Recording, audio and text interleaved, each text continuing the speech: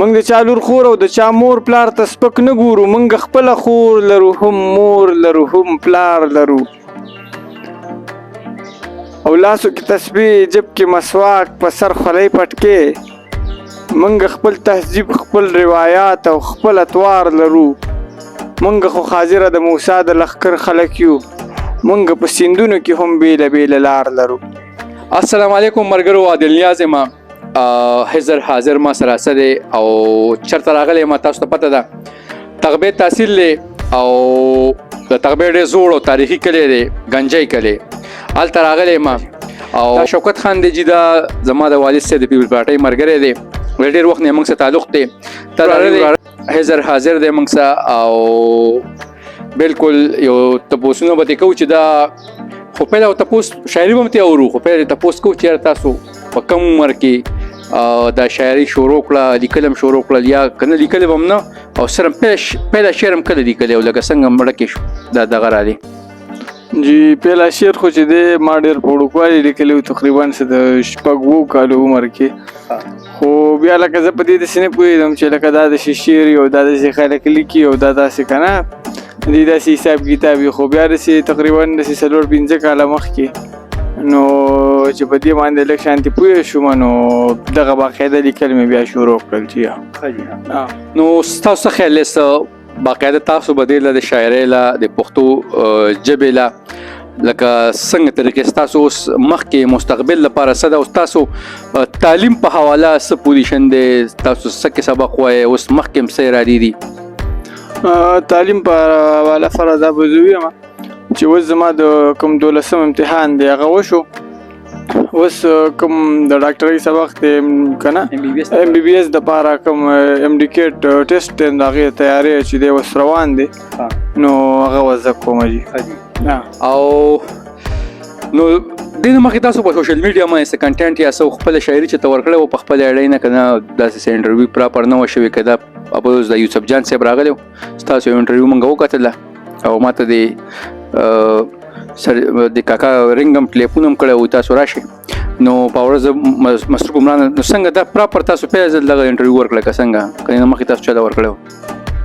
نه جي انټرویوانې خو داسې شوي وي وړې وړې، خو اصل کې زما داسې ارمان غوندې و چې یوسف جان لاله راشي او هغه ما سره انټرویو وکړي، هغه ارمان خو دی پاک پوره کړو. هغوی په خپله ویل چې لکه زه درځم او پروګرام تاسو څه کول غواړم. زموږ یو بل شاعر ملګری و هغوی ورته ویلي نو هغه پروګرام وشو، هغې نه بس دارې خلکو وپېژندلو. صحیح دی. نو په دې کې لکه ستاسو خپل ځاني دی خپله شاعرۍ کې ستاسو کم شعر خوښ دی چې زموږ د آډینس ته او زموږ د تغبې چې کوم ځایي خلک دي او دوی ته تاسو ډالۍ کوي؟ ښه جي ښه وایي که نه وایي چمن لرو ګلاب لرو بلبل لرو مالیار لرو، چمن لرو ګلاب لرو بلبل لرو مالیار لرو، موږ د خپلې خاورې د سینګار پوره اوزار لرو. او دا درته چا ویلي دي چې موږ دهشتګرده یو، موږ خو رباب لرو تبله لرو ستار لرو، سپوره ډوډۍ وخورو شلېدلې جامې واغوندو، خو نه د چا څه کار لرو او نه په چا کې کار لرو. موږ د چا لور خور او د چا مور پلار ته سپک نه ګورو، موږ خپله خور لرو هم مور لرو هم پلار لرو. او لاسو کې تسبیح جب کې مسواک په سر خولۍ پټکې، موږ خپل تهذیب خپل روایات او خپل اتوار لرو. موږ خو حاضره د موسی د لښکر خلک یو، موږ په سیندونو کې هم بیله بیله لار لرو. ښه جي دا نن سبا چې لکه په دې ملک کې او په دې وطن کې او په دې خاوره چې کوم لکه څه روان دي، تاسو خو ما ته ښکارئ چې د دغې عکاسي کوئ، نو دغې متعلق هم نور څه لیکلي دي، نور څه هم ویلي دي خپله شاعري؟ یاره جی بالکل بس زما ټوله شاعري دقسې ده، خو صرف تاسو ته به زه یو نظم ووایم د ځوان باره کې. وایي په تا څه شوي ځوانه ته په کومه لار روان شوې، ستا لاره یوه ده ته په بله لار روان شوې، په دې لاره کې چا هم ګورې څه نه دي موندلي، په دې لاره کې ټولو خلکو شته هر څه بایللي، دنیا به هم پې بیلې آخرت به هم پې بیلې، دولت به هم پې بیلې او عزت به هم پې بیلې، کو دغسې د خپلو خواهشاتو تابعدارې، کو دغسې روان د فحاشۍ په دغې لارې، چیرته دې د پلار په سر شملې ته نظر کړی، د مور په سر د کلي لوپټې ته نظر کړی، د پلار نه د غیرت او د عزت پوښتنه وکړه، د مور نه د حیا د دې قیمت پوښتنه وکړه، د پلار نه د خپل ځان د حیثیت پوښتنه وکړه او د مور نه د نیکه د شهادت پوښتنه وکړه. خو تا خو د مغرب په سپین مخونو زړه بایللې، په سپین مخ کې دننه د تور زړه نه دی لیدلې. هغه خالد نشته، عثمان نشته، زړور عمر نشته، تا نه یې سر وخو خو بس علي حیدر نشته چې د هوا د لور دا حال ورته بیان کړم زه. ځوانه چې ستا دغه اعمال ورته بیان کړم زه، چې ځوانان مړوندو کې اوس سره او شنه بنګړي ګرځوي، چې په رنګونو کې لت پت خاننګي ګرځوي. ځوان خو د مخ نه راختلې هر ویښته وباسي، پیغله هر ورځ د حیا نوې جنازه وباسي. عذاب راغلی، د عذاب نور انتظار مه کوه، بس دی واپس شه، نور تک په دغې لار مه کوه. ځوانه ته خپل ځان او خپل ایمان تازه کا، ای مسلمانه شه راپورته خپل داستان تازه کا. که کلک مسلمان شولې نو هله قدردان بشي، بیا به غلام نه یې، بیا عمر د سلطان بشي. ربه دا ځوان که ته روان د محمد په لاره، ربه حاضر که ته قربان د محمد په لاره. لکه ستاسو ذهن کې داسې یوه عکاسي کېږي یا د دې وطن د دې خاورې، لکه تاسو یو شعر ما اورېدو د واز او وینا مسلماني، سا نشوله دا مسلماني. په تسبو د چا ایمان نه معلومیږي، معاملات به ښایسته مسلماني. د غزا مسلماني سلپ وکړه، موږ ته پرېښې د دعا مسلماني. د یوې لارې کاروان د یو ځای نه ځي، د هر چا جدا جدا مسلماني. دلته هر سړي ته بل سړی کافر دی، څوک هم نه مني د چا مسلماني. څوک هم نه مني د چا مسلماني. د عمر په شان عادل به پکې څوک وي، چا کې شته دی په رښتیا مسلماني. او د فرعون مخې ته کلک شه اوس حاضره، چې پرې نږدې د موسی مسلمان. تاسو اراده لرئ چې داسې کتاب ولیکئ د خپله شاعري چې هر څونه ده، هر څو د پاڼې سازېږي کتاب برابرېږي، څونه برابرېږي چې تاسو هغه کتابي شکل ورکړئ. دغې په اړه تاسو څه وایئ؟ یاره جی بالکل، زما خو مدار تخلیق کار چې دی د ارمان چې هغه یو داسې شکل ته واوړي چې هغه پاتې شي د باقي خلکو دپاره. نو دا زما ارمان دی چې یو کتاب جوړ شي انشاءالله تعالی العظیم. داسې شپږو میاشتو کې به انشاءالله دا کتاب مکمل شي. مکمل خو دی، خو لکه هغې کې هغه معیاري هر څه وکړي راغونډول غواړي، نو انشاءالله ډېر زر به وشي. د میډیا زیاتر ملګري زمونږ د هر علاقې نه راځي، ستاسو د ګنجۍ کلي ته روزانه راځي.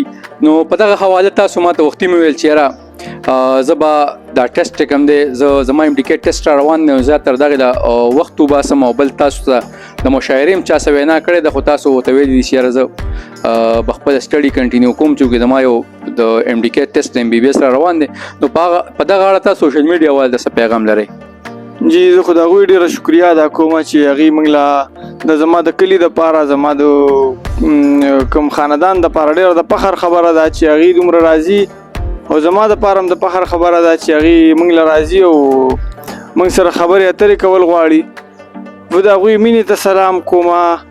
خو مسله دا ده چې دې ټایم کې لکه هغې به دا وایي چې دا کبر کوي، هېڅ کبر مبر نشته دی، هر ټایم به ورته انشاءالله حاضر یم. خو دا وخت ډېر زیات دغه غونډ عمر هم خواري کړې ده. دا 4-5 کاله خو چې دی داسې لګیا و چې لکه سهار ماښام لګیا که نه. نو زه یم کوز د دا 2 میاشتې هغوی وایي چې موږ درځو، نو لکه دې د وجې چې دی ما نه دا سټډي لږه خرابېږي. نو زه یم چې دوی ته درخواست کوم چې ما سره یو 2 میاشتې ګزاره وکړي، انشاءالله چې تاسو څه ټایم راتل غواړئ بیا نو موږ به درته چې دی هرکلی وایو. صحیح ده.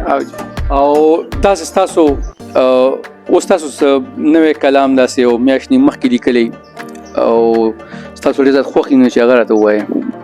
درنو کلمو کې ستا یمه کردار د سپکو خلکو، نور مه کړه په ما رابه انتظار د سپکو خلکو. پښتو او پښتانه به پکې خامخا شرمېږي چې کله رسېدلی وي اختیار د سپکو خلکو. د غرض یاري دوستي وي کله یو څه کله بل څه، دغه خو روزګار وي که نه یار د سپکو خلکو. او دلته درانه د شملو خلکو چې څه شو نشته، هر ځای لګېدلی دی قطار د سپکو خلکو. او حاضره بیا دې یاد کړل پرې د بیا دې خیري وکړي، 1000 بار راپسې دي شي هزار د سپکو خلکو. ډېره مې شوکت خان موږ سره دی دې په حجره کې موږ ناست دي په ګنجۍ کلي تغبې تحصیل کې. تاسو راته دا ووایئ چې تاسو خو مخکې لږه موږ سره تعارف هم نه دی کړی چې دا ستاسو یو وراره دی او هغه شاعري کوي. خو دا خو پرون نابه تاسو کالو کو یوسف جان راغلی دی او داسې خبره ده نو دا ستاسو ذهن کې و چې دا شاعري کوي او سونه ټین نه کوي دا ته پاړه او د مستقبل باندې کې تاسو وایي اعوذ بالله من الشیطان الرجیم بسم الله الرحیم دا هو د نیاز بھائی په حق استاو ځکه چې موږ شپه ورځ تاسو سره ناست دي ستاسو والد صاحب سره موږ تعلق او ورولي مو ده خو موږ په دې نه پیدو چېرې دا لکه دومره وړاندې ځي او دومره مخکې به ځي موږ ته لکه دغه وو لکه چې د شاعري کوي خو لکه پټه شاعري کوي هلکانو ته وایي یو څه بل څه لکه داسې وایي که نه یا کله ناکله به موږ میټینګ جلسه کوله هغې کې به م رامخکې که چې راشه ووایه که نه نو هغه چې کله رئیس صاحب جان به یې راغی او بیا د هغې نه دا اوس روزانه پرون هم 200 شپږ کسه راغلي وو هغه بل ورځ هم راغلي وو نو موږ دا ویو چې رقم دا ویو چې حق ستاسو ځکه چې شپه ورځ تاسو موږ سره ناست پاسې نو په کار ده چې دا ړومبی انټرویو وړه ړومبی د دوی شاعري تاسو چې کوم دی مخکې کړی وه خو اوس هم موږ ستاسو شکریا ادا کوو چېرې تاسو راځئ او زموږ چې کوم دی هغه مینه کوئ نو تاسو ډېره مهرباني په دې اخلا باندې او که موږ کشر دی موږ پرې خوشحالېږو خو چونکې دا وخت داسې دی چې اوس د تعلیم خبرې دي او د میډیکل د تلو کوشش کوي نو هغه لګیا دی ټسټونه کوي نو موږ وایو چېرې لږ کوشش گزاره وکړه ښه خبره ده موږ در باندې خوشحالېږو چې مخکې لاړ شي او شاعري کې او خلک یې دنیا خلک یې خوښوي او دنیا خلک چې کوم دی تپوسونه کوي خو لومبی چې کوم دی ستا تعلیم دی ځکه چې دا تا نه ضایع شه نو بیا دا نه راځي نو ډېره مهرباني ستاسو د راتلو ډېره مهرباني ستاسو دا حاضرو او دوی سره شوکت خان دی دا تره دی جی خبره ترې وشوې د شاعرۍ په اړه انشاءالله چې دا موږ ته په دې حلقه او په دې علاقه کې پیله ډاکټر هم میلاویږي او شاعر به موږ ته میلاویږي لکه شاعر به می او ډاکټر به می د قوم خدمت به هم کوي او د پړه کې چې کوم مینه د قوم باره کې او د خلکو باره کې تاسو د شاعرۍ په شکل کې واورېده نو زه سره ما اجازه راکړئ د الله په امان